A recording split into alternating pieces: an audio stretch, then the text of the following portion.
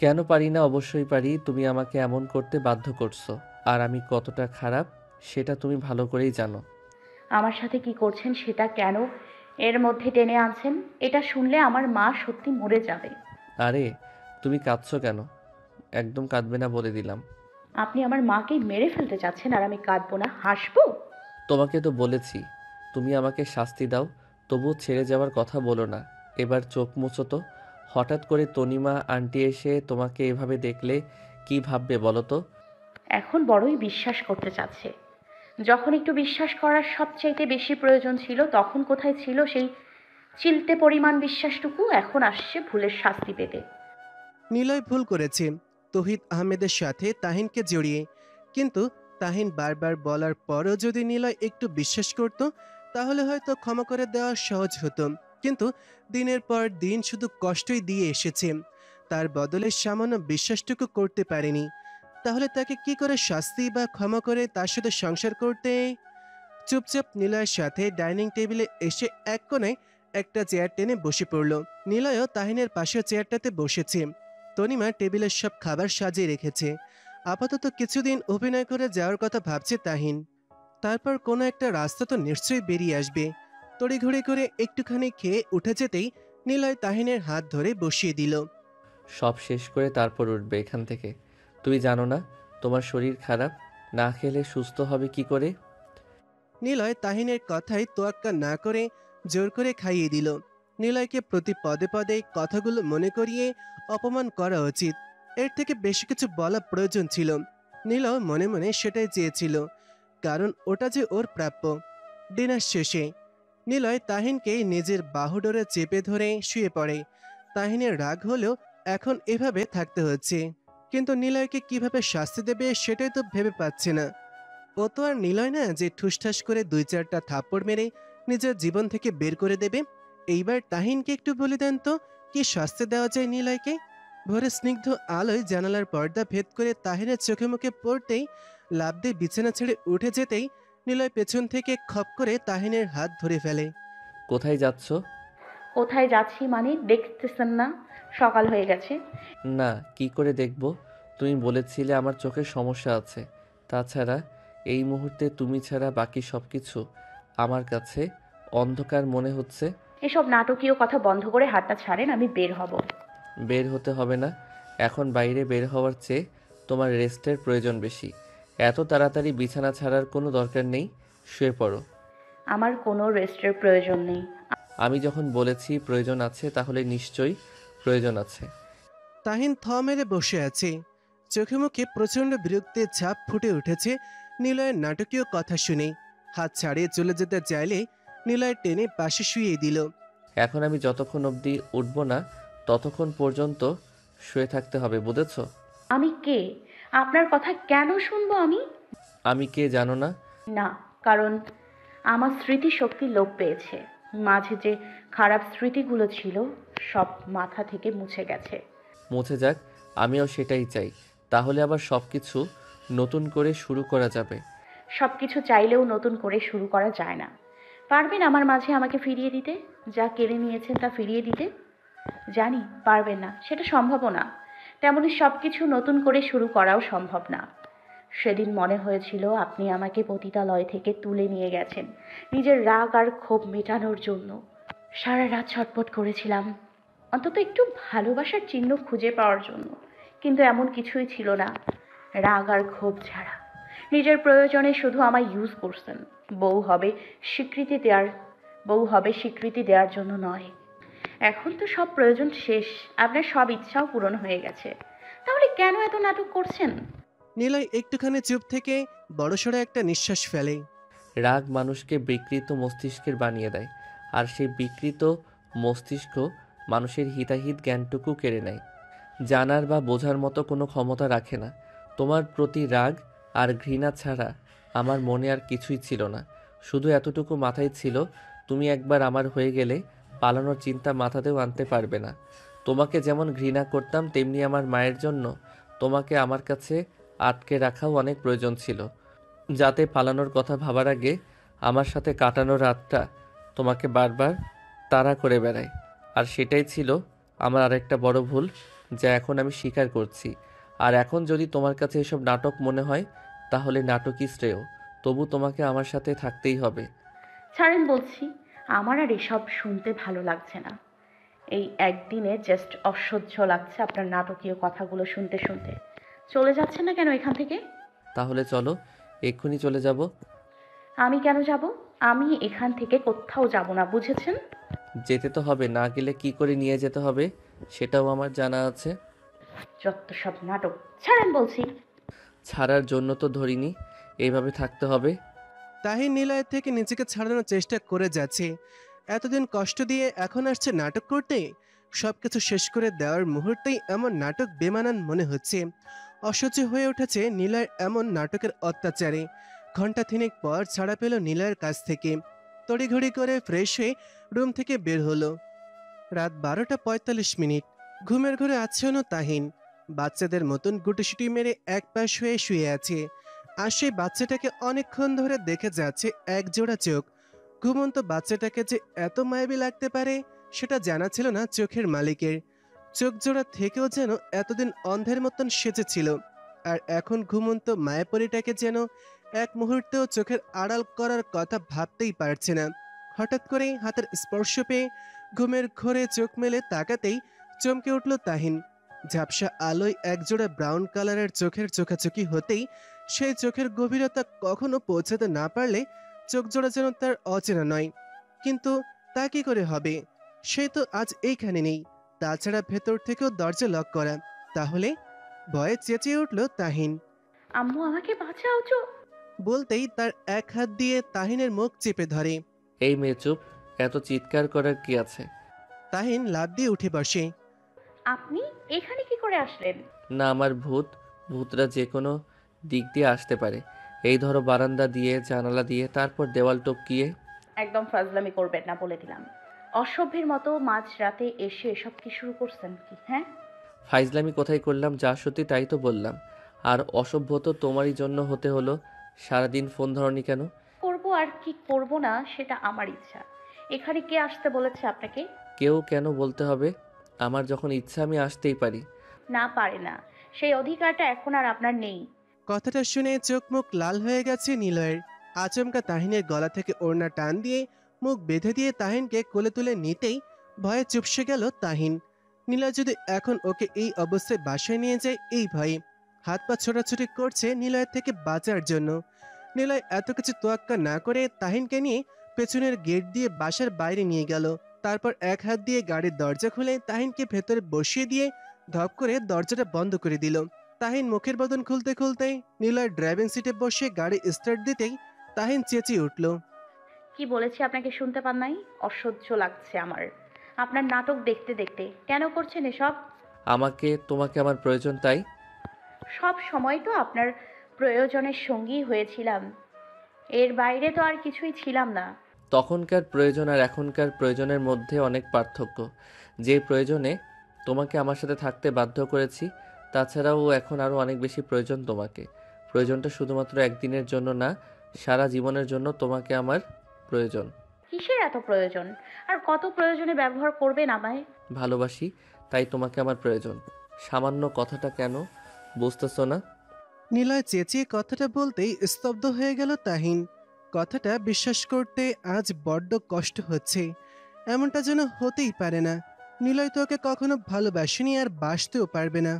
এটা হয়তো কোনো একটা নাটক, এখন অন্য কোনো প্রয়োজন, তাই হয়তো এমনটা করছে। এমনটা তো হতেই পারে, অস্বাভাবিক তো কিছুই নয়।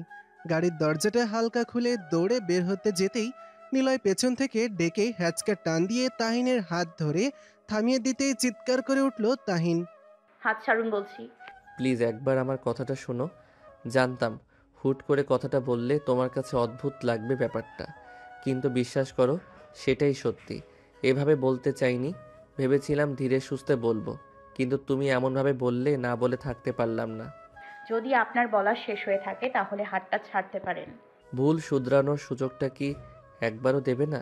একটু কি জায়গা নেই তোমার মনে আমার জন্য? কি হলো বলো, একটুখানিও কি ভালোবাসোনি আমায়? এতক্ষণ চুপ করে থাকলো, এবার আর চুপ থাকতে পারল না।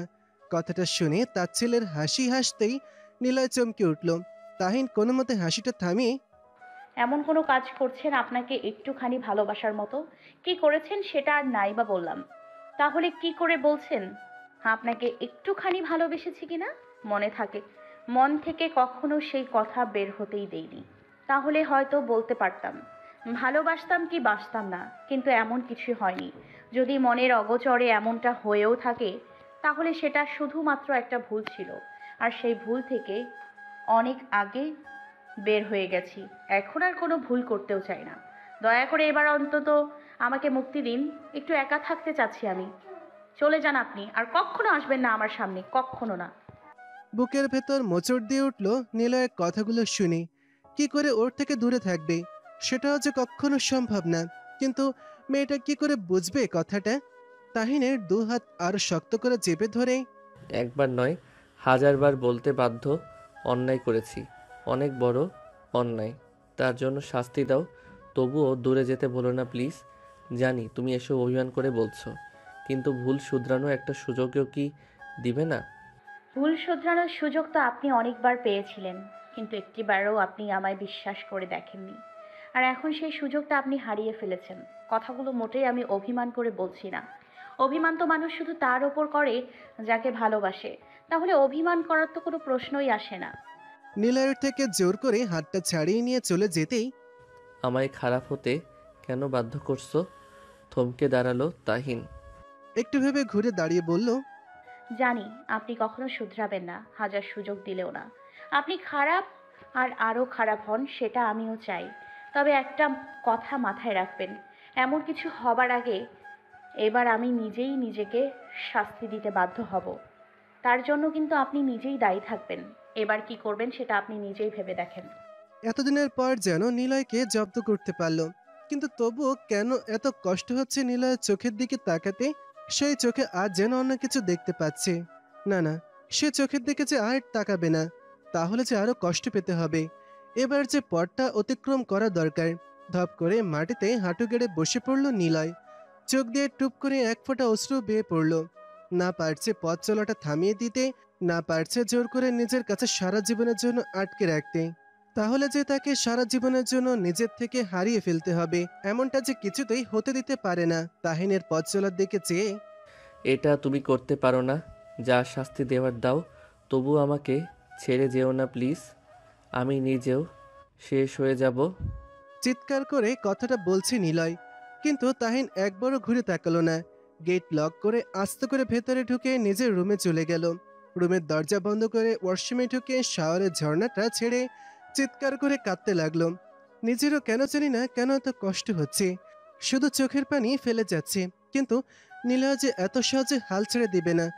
অনেকক্ষণ শাওয়ার নেওয়ার পর ঝর্ণাটা বন্ধ করে উঠে দাঁড়ালো তাহিন।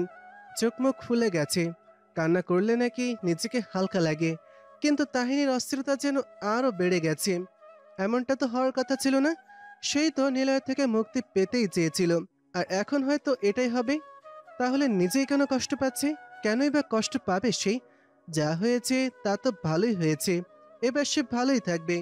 যদিও অতীতের আঘাতটা সহজে ভুলার নয়, তবুও যে সেটা ভুলে থাকার চেষ্টা করবে সে। নিজের জীবনটাকে এবার সে নিজের মতন গুছিয়ে নেবে, নিজের মতন করে বাঁচবে। বড়সড় একটা নিঃশ্বাস নিয়ে ওয়াশরুম থেকে বেরিয়ে গেল। কিন্তু নীলয়ের হঠাৎ পরিবর্তনটা বেশ ভাবাচ্ছে। ভাবতে না চাওয়া সত্ত্বেও যাকে কিনা সে দু চোখে দেখতে পারতো না, আর এখন তাকে ভালোবাসে, ব্যাপারটা সত্যি হলো তাহিনের কাছে বেশ নাটকীয় মনে হচ্ছে। কয়েকদিনের মধ্যে তনিমাকে সব বুঝিয়ে এখান থেকে কোথাও একটা চলে যাবে, কারণ নীলার কোনো বিশ্বাস নেই এর পরেও যে সে নাটক করবে না, তারও কোনো গ্যারান্টি নেই।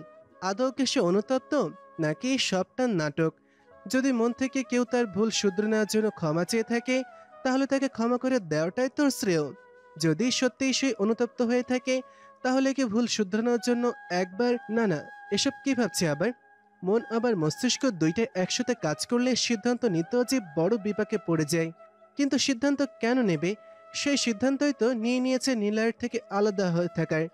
তাহলে আর কোনো সিদ্ধান্ত নেওয়ার প্রয়োজন নেই। এক সপ্তাহ পেরিয়ে গেল। এই এক সপ্তাহ তাহিনকে নীলয়ের আর কোনো নাটকীয় কথা শুনতে হয়নি।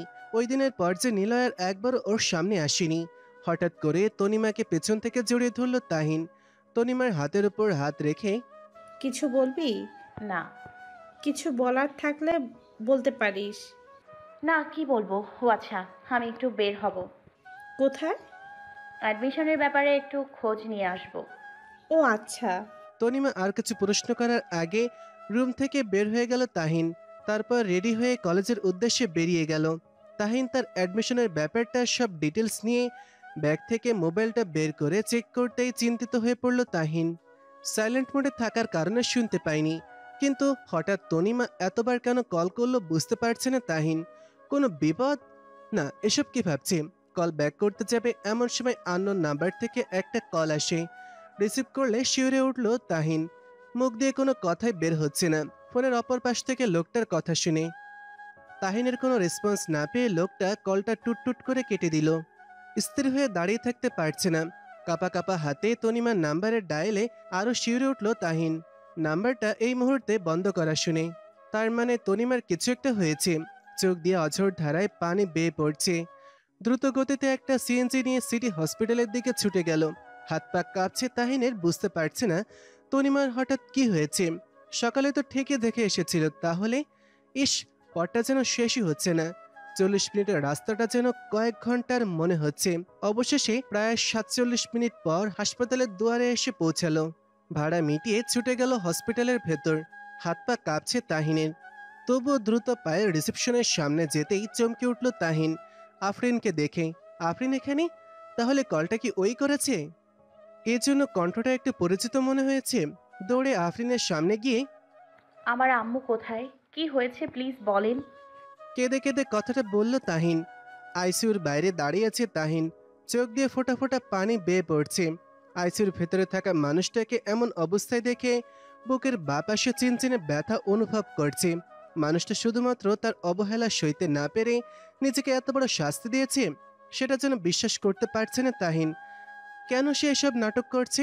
কিন্তু নাটক করলে কি তার জন্য এভাবে নিজেকে শেষ করে দিতে চাইবে? কিছুই বুঝতে পারছে না তাহিন। তখনই শান্ত কণ্ঠে আফরিন বলল, নিলয় আমার বস হলেও আমার বন্ধুর মতো, কখনো আমার থেকে কিছুই লুকোতো না। ও রাগী, বদমেজাজি, কঠোর টাইপের মানুষ। আর সেই মানুষ কিনা এমন একটা কাজ করবে সেটা আমার কল্পনার বাইরে ছিল। কোনো কিছুতে সহজে ভেঙে না পড়া। কিন্তু 1 সপ্তাহ নিজেকে শুধু বন্ধ একটা রুমে আটকে রেখেছিল।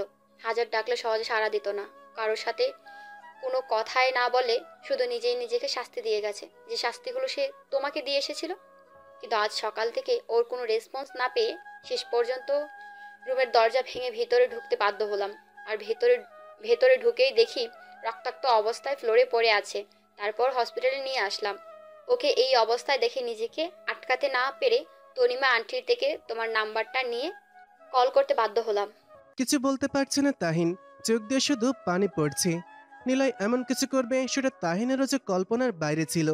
আইসিইউ থেকে কেবিনে শিফট করা হলো নিলয়কে। এখনও জ্ঞান ফেরেনি। আফরিনের অনুরোধে তাহিন ভেতরে গেল। ডাক্তারের পারমিশন পেয়ে সামনে এগোতে পারছে না, হাত পা কাঁপছে। একটু একটু করে এগিয়ে গেল। নিলয় যদি সত্যিই তার ব্যবহারের জন্য অনুতপ্ত হয়ে থাকে, তাহলে এমনটা করতে পারতো না। যদি তার কাছে ফিরে না গেলে হয়তো একদিন না একদিন ক্ষমা করে দিত, কিন্তু এখন ক্ষমা করার থাকলেও সেটা আর করবে না। শত রাগ অভিমান পুষে পাশে থাকা মানুষটার হাত ধরে সারা রাতভর ভাবনায় কাটিয়ে দিল। শেষ রাতের দিকে নিলয়ের হাতে রেসপন্স করছে দেখে তাহিন দৌড়ে গিয়ে আফরিনকে ডাক দিল। নিলয় একটুখানি চোখ খুলে আবার বন্ধ করে নিল। ডাক্তার এসে চেক আপ করে বলল, ভয়ের কোনো কারণ নেই, এখন একদম ঠিক আছে। কিছুক্ষণের মধ্যে পুরোপুরি জ্ঞান ফিরে আসবে। মাথার আঘাতটা সামান্য, তবে হাতের মধ্যে কাঁচের টুকরোটা গভীরভাবে ঢুকে ফলে রক্তক্ষরণ হয়েছে বেশি। আগে থেকেই শরীর খুব বেশি দুর্বল, প্লাস প্রচণ্ড ড্রাগ অবস্থায় ছিল, যার কারণে অসম্ভব সেন্স হারিয়ে নিচে পড়ে গেছে। পরে গিয়ে হয়তো কিছু একটার সাথে লেগে মাথায় আঘাতটা লেগেছে। আর সম্ভবত ফ্লোরে কাঁচ ভাঙাও ছিল, যেটা হাতের গভীরে ঢুকে গেছে। আর যতদূর সম্ভব ড্রিঙ্ক করা থেকে বিরত রাখবেন। ড্রাগ অবস্থায় উনি নিজেকে কয়েকবার আঘাতও করতে চেয়েছিলেন মনে হচ্ছে। অবস্থা পূরণ করে সন্ধ্যার মধ্যে নিলয়কে বাসায় নিয়ে আসা হলো।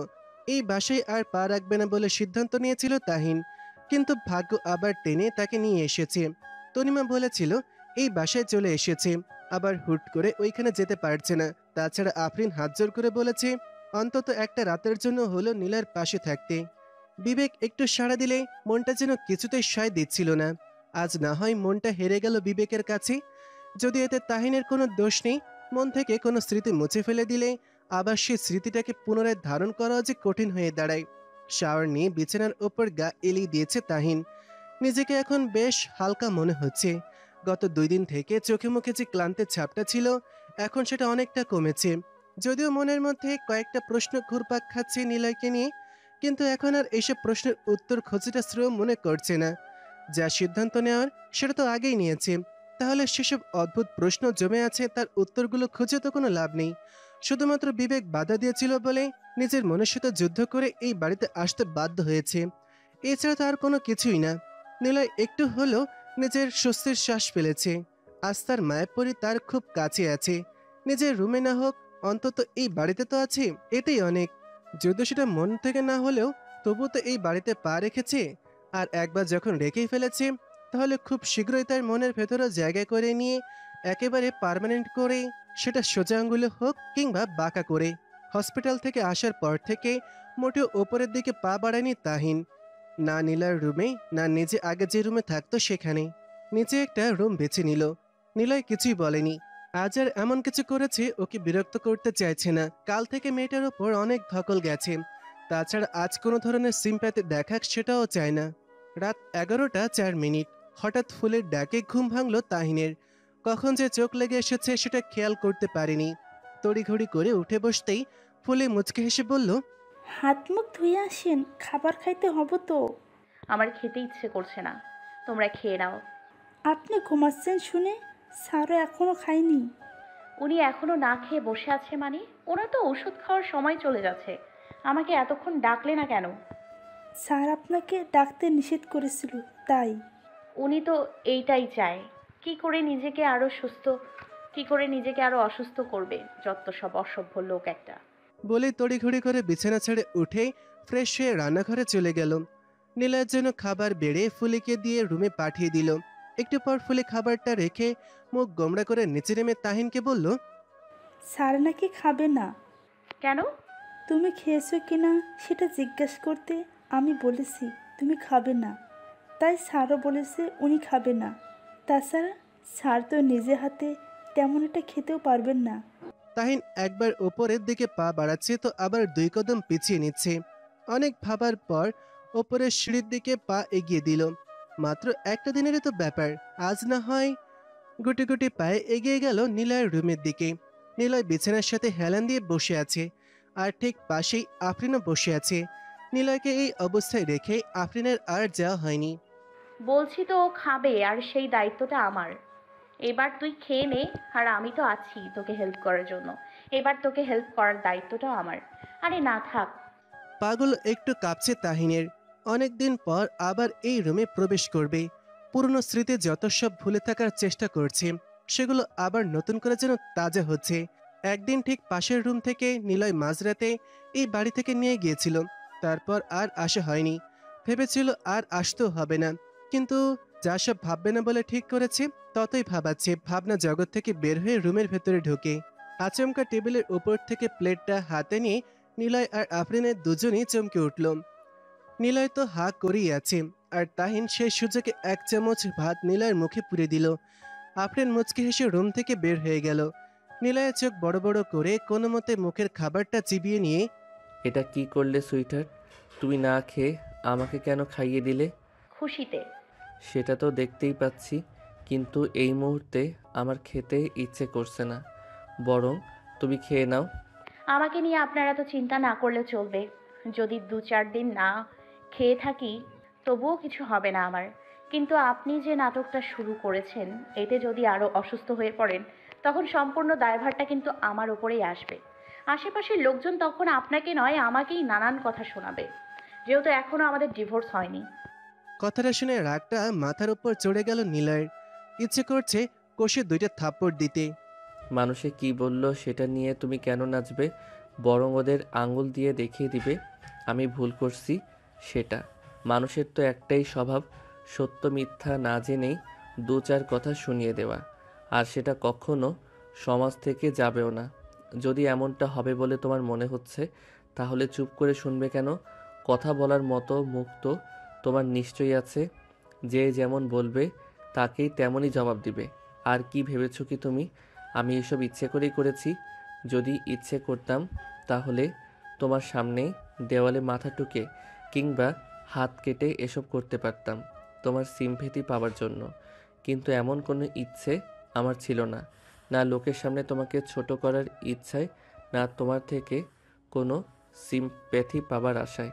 কিন্তু নেশার ঘুরে যে এমন ভুল হয়ে যাবে ভাবিনি। তোমাকে তো আমি আমার স্টাইলে নিজের করে নিব, এসব করে নয়। তাই ডিভোর্সের কথা মাথা থেকে একেবারে ঝেড়ে ফেলে দাও।